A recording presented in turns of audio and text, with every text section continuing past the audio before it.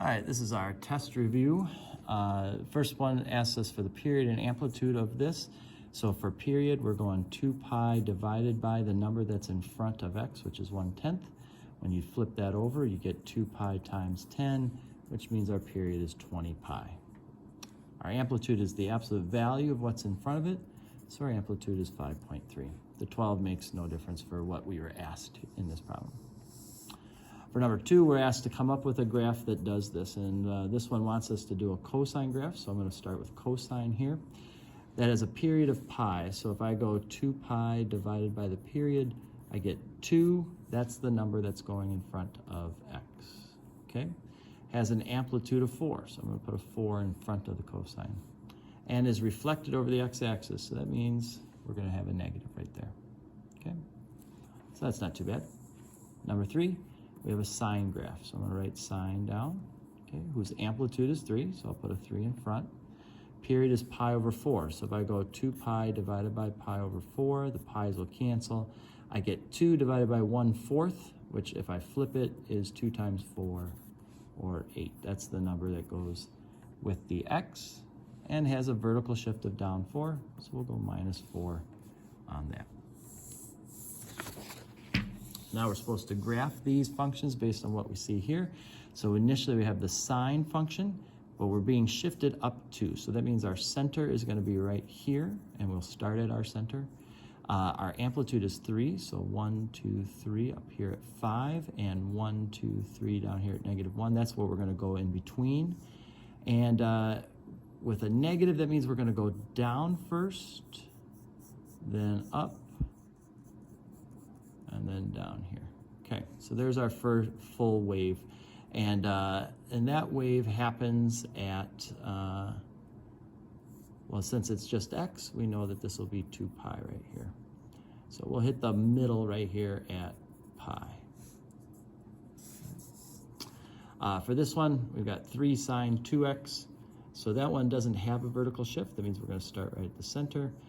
We have an amplitude of 3 again, so we're going to go up 3 and down 3, so -3 and 3. That's going to be our top and bottom here. Our period is pi, so that means we'll go up, we'll come down, and hit in pi. So we'll be halfway there at pi over 2. Okay. That's what that graph looks like. This last one has a vertical shift of up 4. So we're going to go up 4. That's going to be our center. Our amplitude is 1. So we'll just go up 1 and down 1. All right? And we're going to start at our peak because it's a cosine graph. And we'll be coming down and then back up. So we'll stay within that 1 boundary of this. With 1/4, so 2 pi divided by 1/4. Is 2 pi times 4, which means 8 pi will be our period. So we'll be here at 8 pi, and we'll be at the halfway point at 4 pi. All right, then we're supposed to find these trig functions for this. Notice that we're up at 5, down at -3. That means 1 is our center, and that'll be our vertical shift. We'll deal with that in a second. We are starting right on it, so that means we're dealing with a sine graph. So I can write this as sine, all right? And again, the vertical shift was +1, so I'll put that +1 there. And the amplitude is 4, because we go 4 spaces from the middle to either the top or the bottom, okay? As far as a period goes, we can make 1 full wave in just pi spaces. So 2 pi divided by pi is 2. That's the number that's going to go in front with the x, and then there's our equation. For number 8, we go from 5 to -1, so that means 2 is our center point. Okay. And we didn't start at the peak, we started at the bottom, so what that means is we're dealing with a negative cosine graph. Our amplitude is 3, so it's going to be a -3 on the cosine, and because 2 is our center point, +2 is the shift up. All right, now, as far as a period goes, starting down here, we make half of a wave in 4 pi time. That means our period is 8 pi for this. And if we divide, we get 1/4. That's the number that goes with the x then. Then we were asked to evaluate some trig expressions here. And we start with arc sine 1. So when I do arc sine of 1, I want to know when does sine equal 1. And according to our thing here, 1 again is the second number. So right here at pi over 2 is when the sine of an angle is equal to 1. For this one, we're creating a triangle. The sine of that angle is 24 over 25. Okay. So if you do a little Pythagorean theorem, I believe 7 is that side there. We're looking for the cosine adjacent over hypotenuse, so 7 over 25. And then for this one here, we're looking for a triangle that has a cosine adjacent over hypotenuse. This is our special triangle. So it's the 1, 2 square root of 3, and the tangent of this angle, opposite over adjacent, is 1 over square root of 3.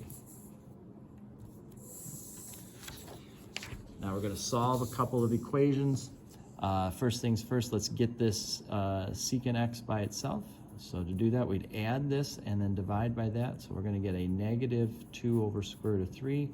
Secant is the reciprocal of cosine. So if we flip this, we've got that right there. I don't necessarily have to, but for me, I kind of like working with sine, cosine, tangent. So here's our angle. The cosine, the adjacent, is square root of 3, hypotenuse is 2.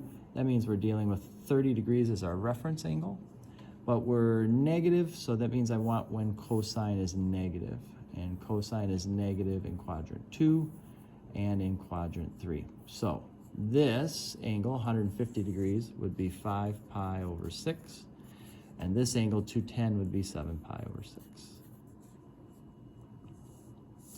All right, and then for this one, if I add 4 divided by 3, I get secant squared equals 4/3. If I take the square root, I get secant of x equal to 2 over square root of 3, positive or negative, which means the cosine of x is positive or negative square root of 3 over 2.